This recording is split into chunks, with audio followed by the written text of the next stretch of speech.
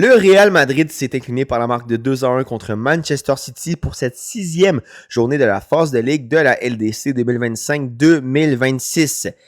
Défaite assez lourde, je crois, pour le Real Madrid qui, on va dire, donne des sensations de congédiement pour Xabi Alonso, mais on va discuter de ça plus tard. Principalement parce que ça vient alourdir un bilan assez négatif du côté du Real. Ça fait déjà beaucoup de matchs que le Real échappe des points. Des résultats qui viennent justement coûter une 2e place en Liga alors que le Real avait un avantage super confortable au mois de novembre. Et maintenant, ça vient pas mettre en péril la classification du Real à la prochaine phase de la Ligue des Champions, mais ça vient quand même donner une sensation de perte de contrôle de l'équipe madrilène. Ça fait déjà 2 résultats consécutifs que le Real est défait à la maison. Et en plus de ça, c'est un résultat contre City. C'est pas une rivalité qui est historique comme celle du Barça ou celle de l'Atlético Madrid, mais c'est une de ces rivalités que moi j'aime cataloguer de rivalité contemporaine, si on veut le dire comme ça. Ça me rappelle un peu à la rivalité entre le Barça et le PSG. C'est pas une rivalité qui est historique, mais depuis les années 2010 jusqu'à les années récentes, c'est ça, des adversaires qui se retrouvent souvent en Ligue des Champions.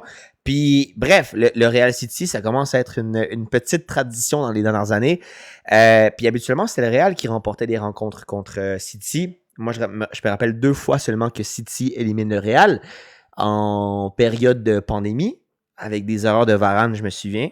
Puis aussi le 4-0 de City en demi-finale de Ligue des Champions, là, il y a 3 saisons déjà, ça passe vite, mon Dieu. Puis justement, le Real avait, c'est ça, la supériorité en termes d'affrontement contre City. Puis aujourd'hui, il devait montrer une confiance s'il voulait que l'Europe les maintiennent, on va dire, avec un sérieux. Mais moi je pense qu'aujourd'hui, il n'y a pas beaucoup d'équipes européennes qui tremblent face à ce Real Madrid. Donc, perte de crédibilité en Europe aujourd'hui et surtout, un résultat de plus négatif pour ce qui est du Real d'aujourd'hui. Puis, on rappelle encore une fois que le Real a perdu son dernier match à la maison aussi. Ça fait 2 matchs à la maison que le Real Madrid perd. Puis, le match contre Celta, c'est un match où le Real perd avec une domination de l'équipe qui visitait le Santiago Bernabéu. En termes d'individualité, le seul joueur que moi je peux dire qui est à 100% actuellement au Real, puis je pense sincèrement qu'on ne réalise pas à quel point ce joueur est différentiel. En fait, pour regarder la plupart des matchs du Real, moi je dois dire que je comprends son importance, mais il y a beaucoup de personnes qui doivent regarder de temps en temps le Real qui se disent « Ah, mais il est juste là pour les moments importants. » Non, même dans les moments non importants, dans les moments où les adversaires ne sont pas nécessairement des adversaires de taille européenne, mais juste des adversaires locaux, Courtois est incroyable. Courtois est dans le débat pour être dans les meilleurs gardiens de la génération, puis même dans le débat pour moi pour être dans un top 20 des meilleurs gardiens de l'histoire, quelque chose comme ça. Donc Courtois est incroyable. Aujourd'hui, il se trompe lors du 1-0, du 1-1, pardon, mais tu peux pas lui demander beaucoup à Courtois. Je pense que c'est le seul joueur qui a un droit de veto en termes de critique du côté du Real Madrid. Incroyable, Courtois. Aujourd'hui, il t'arrête 2 tirs que je pense la plupart des gardiens en Europe ne t'auraient pas arrêté. Le reste des individualités, pour moi, c'est des individualités soit qui ont été un peu trop valorisées par les fans du Real, c'est-à-dire des promesses que les gens ont surcoté à ma manière de voir les choses, comme des Asensio, comme des Güler, ou bien des joueurs qui sont des bons joueurs, mais qui, en ce moment, j'ai l'impression soit qu'ils ne sont pas confortables avec la situation actuelle, donc c'est pas qu'ils font exprès de mal jouer, mais ils sont pas motivés à jouer, ils sont pas en confiance, ni ont la mentalité, ni le désir de tirer du même côté. Je pense notamment à Bellingham, je pense notamment à Valverde, à Vinicius. C'est 3 joueurs qui, pour moi, s'ils sont à leur meilleur moment, c'est des joueurs qui sont capables de rivaliser avec n'importe quel joueur à leur position et même se démarquer. Mais aujourd'hui, en fait, Vinicius, c'est plus le Vinicius d'il y a 2 saisons. C'est plus le Vinicius qui disait au Ballon d'Or qu'il allait faire 10 fois mieux. Bellingham, même chose, même si Bellingham, je peux comprendre par sa blessure. Puis Valverde est aussi un joueur que moi, je voyais toujours comme une valeur sûre. Valverde est très, très moyen cette année. C'est fou. Rudiger, un petit peu un copier-coller de ça, même si Rudiger, encore une fois, dès la saison dernière, on voyait qu'il n'y avait pas la constance qu'il avait il y a 3 saisons. 2 ou 3 saisons, on va le dire comme ça. Puis vraiment, c'est ça, à part Mbappé puis Courtois. Puis Mbappé, aujourd'hui, il ne joue pas de titulaire, donc C'est difficile d'avoir un portrait clair.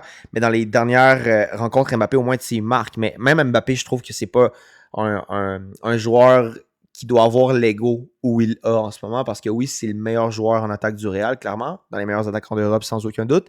Mais je pense justement qu'au Real, en ce moment, il y a un problème d'ego.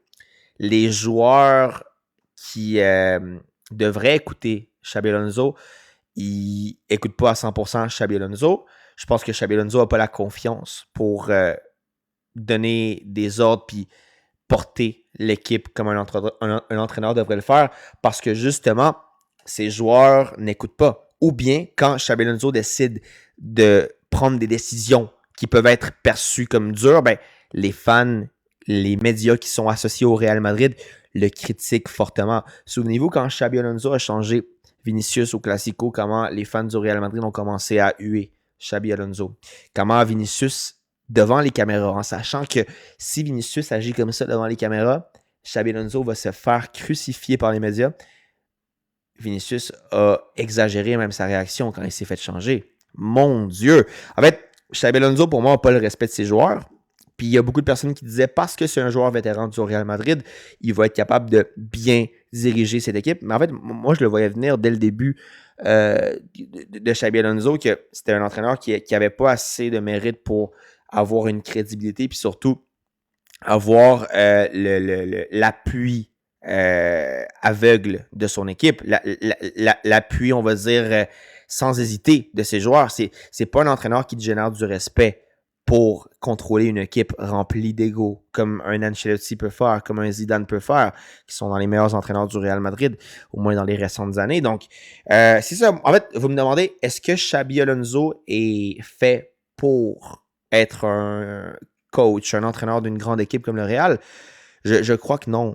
Mais en fait, à court terme, à long terme peut-être, parce que ce que Xabi Alonso a démontré à Leverkusen, c'était pas mal, mais c'est ça, c'était pas mal pour une équipe moyenne. En fait, le miracle de Xabi Alonso, c'est avoir fait bien jouer une équipe qui, a priori, semblait moyenne, qui était Leverkusen. Mais tu sais, en tant que tel, en termes de palmarès, il n'y a pas grand-chose pour lui. Je l'avais dit, le plus grand mérite de Xabi Alonso, c'est arriver en finale d'Europa League, puis gagner une Bundesliga.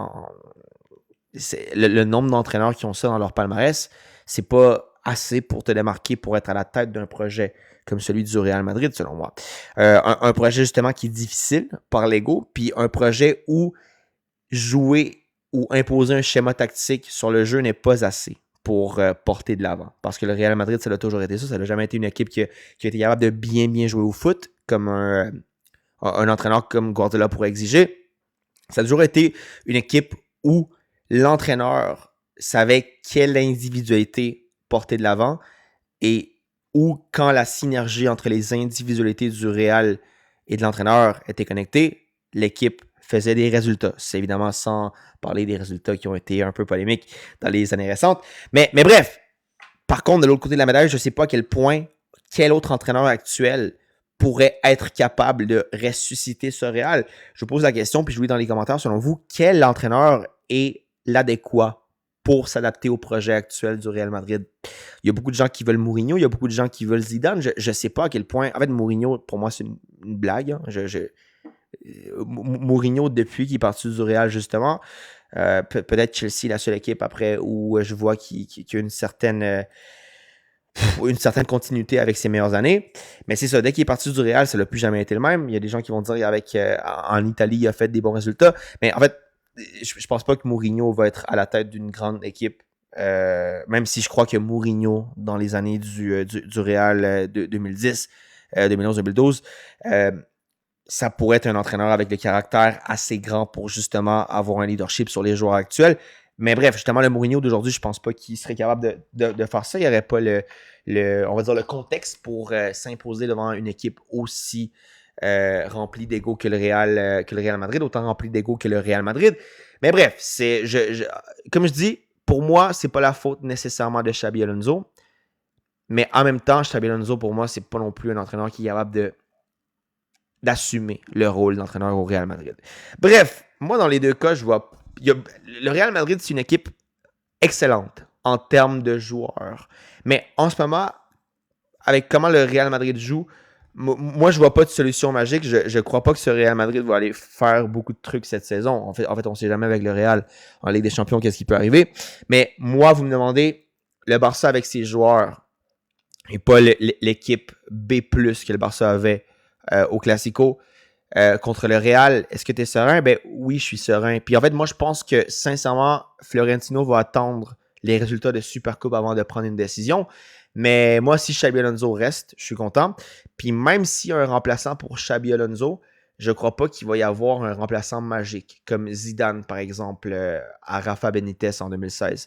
Je crois sincèrement que le problème du Real Madrid, c'est pas un problème qui va se régler avec un entraîneur du jour au lendemain et que ça va clignoter. Puis il va y avoir un changement. C'est vraiment un problème d'ego. Je pense qu'il y a des joueurs qui... en fait, je parle comme si je voulais que le Real Madrid trouve une solution. Moi, en tant que fan du Barça, évidemment, si le Real continue comme ça, je suis content. Mais je pense que si le Real voulait trouver une solution, je pense qu'il faudrait se débarrasser de certains joueurs pour justement avoir une meilleure synergie d'équipe, puis être capable d'avoir un rôle de leader. En fait, Mbappé, c'est le leader actuel, mais justement, le problème, c'est que Vinicius ne joue plus au niveau qu'il jouait parce que lui, il aimait ça, être le leader. Puis comme il sent qu'il est rendu dans un deuxième plan, ben, je pense que ça le démotive. Il y a beaucoup d'aspects qui font que justement, ses performances baissent. Puis aussi, Bellingham, c'est un joueur avec beaucoup d'ego selon moi. Puis Bellingham serait capable d'être la tête du projet de plusieurs équipes européennes. C'est la tête du projet de l'équipe nationale de l'Angleterre. Puis justement, le fait que ce soit Mbappé qui soit derrière les lumières, ben, je pense que ça le démotive. Il y a beaucoup d'autres aspects aussi, évidemment. Mais bref, il y a trop d'ego dans cette équipe. Puis quand il y a une équipe avec trop d'étoiles, le ciel termine par être opaqué. Puis quand c'est la nuit, il y a beaucoup trop de choses qui brillent. Donc, bref, moi, je crois pas que Xabi Alonso... En fait, au moment de filmer cette vidéo, Xabi Alonso est toujours entraîneur du Real Madrid. Ça ne me surprendrait pas que Xabi Alonso se fasse virer. Mais je crois qu'ils vont attendre encore un peu. Je crois qu'ils vont encore attendre un peu, même si je pense que la plupart des fans en ce moment veulent la tête de l'entraîneur. C'est tout pour le débrief d'aujourd'hui. J'espère que vous l'avez aimé. N'oubliez pas de vous abonner si ce n'est pas déjà fait. Puis évidemment, je vous lis dans les commentaires pour qu'est-ce qui est de l'entraîneur de choix du Real Madrid. Un gros shout-out à ceux qui l'ont vu. On se voit demain pour un prochain. Mais si ce n'est pas demain, ça va être une prochaine fois. À plus.